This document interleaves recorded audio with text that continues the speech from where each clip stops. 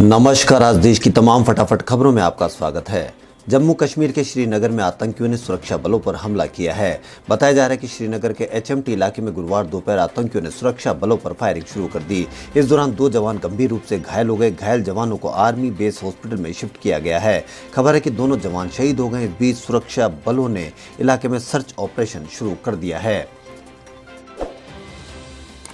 Corona के लगातार बढ़ते मामलों को देखते हुए राज्य सरकार सख्त फैसला लेने लगी है। दिल्ली या एनसीआर से आने वाले लोगों के लिए उत्तराखंड सरकार ने कोरोना टेस्ट कराने का फैसला लिया है और जांच के दौरान अगर कोई कोरोना पॉजिटिव पाया जाता है तो उसे वापस भेज दिया जाएगा। उत्तराखंड सरकार ने कहा कि दिल्ली एनसीआर से आने वाले लोगों के लिए देहरादून के एयरपोर्ट, आईएसबीटी और रेलवे स्टेशन पर सभी यात्रियों का कोरोना टेस्ट फिर से कराया जाएगा। कोरोना महामारी के संकट और देश में संक्रमण की दूसरी लहर के बीच डीजीसीए ने भारत में कॉमर्शियल अंतर्राष्ट्रीय उड़ानों पर लगी रोक 31 दिसंबर तक बढ़ा दी। अब इस फैसले को बाद से देश में 31 दिसंबर तक न तो कोई व्यावसायिक अंतर्राष्ट्रीय उड़ान भारत से बाहर जाएगी और न ही दूसरे देश से स्वदेश आ सकेगी। हालांकि चुनिंदा फ्लाइट्स को मंजूरी पहले की तरह जारी रहेगी।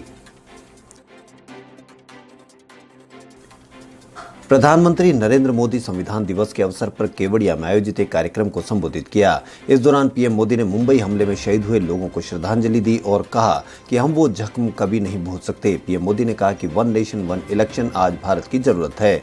देश में हर कुछ महीने में कहीं ना कहीं चुनाव हो रहे होते हैं, ऐसे में इस पर मंथन शुरू होना चाहिए।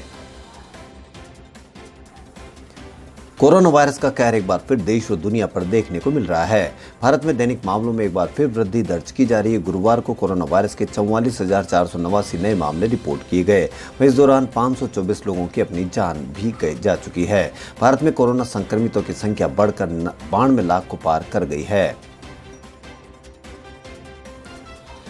केंद्र सरकार द्वारा बनाए गए 3 नए कृषि कानूनों के खिलाफ पंजाब, हरियाणा और राजस्थान के किसान 26 से 28 नवंबर तक के लिए दिल्ली कूच पर निकले हैं।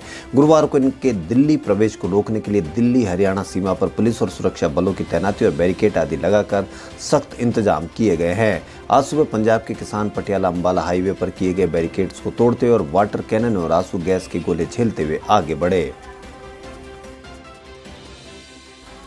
वैश्विक बाजारों से सकारात्मक संकेत मिलने और विदेशी कोषों की आवक जारी रहने के चलते आज सप्ताह के चौथे कारोबारी दिन यानी गुरुवार को शेयर बाजार में तेजी आई। बॉम्बे स्टॉक एक्सचेंज का प्रमुख इंडेक्स सेंसेक्स 0.98% की बढ़त के साथ 431 अंक ऊपर और 44,259 के स्तर पर बंद हुआ। वहीं नेशनल स्टॉक एक्सचेंज का निफ्टी 1.21% की बढ़त के साथ 13,000 के स्तर पर बंद हुआ। नई जर्सी और कोरोना काल में नए माहौल के बीच भारतीय क्रिकेट टीम ऑस्ट्रेलिया जैसे दिग्गज के खिलाफ अंतर्राष्ट्रीय क्रिकेट में वापसी करेगी तो शुक्रवार को पहले एक दिवसीय क्रिकेट मैच में उसे अपने हिटमैन रोहित शर्मा की कमी खलेगी। चोटिल रोहित शर्मा की गैर मौजूदगी से बल्लेबाजी क्रम पर असर जरूर पड़ेगा। विराट कोहली की टीम ने आखिरी बार अंतर्राष्ट्रीय मैच मार्च की शुरुआत में न्यूजीलैंड के खिलाफ खेला था। पूरे एशिया में अगर आप सबसे ज्यादा भ्रष्टाचारी लोग कहीं मिलते हैं तो वो भारत में है। ऐसा हम नहीं बल्कि ट्रांसपेरेंसी इंटरनेशनल के एक सर्वे में दावा किया गया है। इस सर्वे के मुताबिक भारत में घूसखोरी की दर 39% है। सर्वे की माने तो 47% लोग मानते हैं कि पिछले 12 महीनों में भ्रष्टाचार बढ़ा है। हालांकि 63% लोगों का मानना है कि सरकार भ्रष्टाचार से निपटने के लिए उचित कदम उठा रही है। सर्वे बताते हैं कि भारत में 46% लोग अपना काम करवाने के लिए निजी संपर्कों का फायदा उठाते हैं। केंद्र सरकार ने सभी राज्यों में कामगारों को यात्रा भत्ता देने की योजना बनाई है। श्रम एवं रोजगार मंत्रालय की अधिसूचना में बात शामिल की गई है कि किसी भी संस्थान के कामगारों को साल में एक बार अंतर्राज्यीय यात्रा के लिए भत्ता दिया जाएगा। कामगार को ट्रेन में कम से कम द्वितीय श्रेणी के सफर की सुविधा मिलेगी। दिल्ली के मुख्यमंत्री अरविंद केजरीवाल ने कृषि कानूनों के विरोध में किसानों के प्रदर्शन का समर्थन किया है।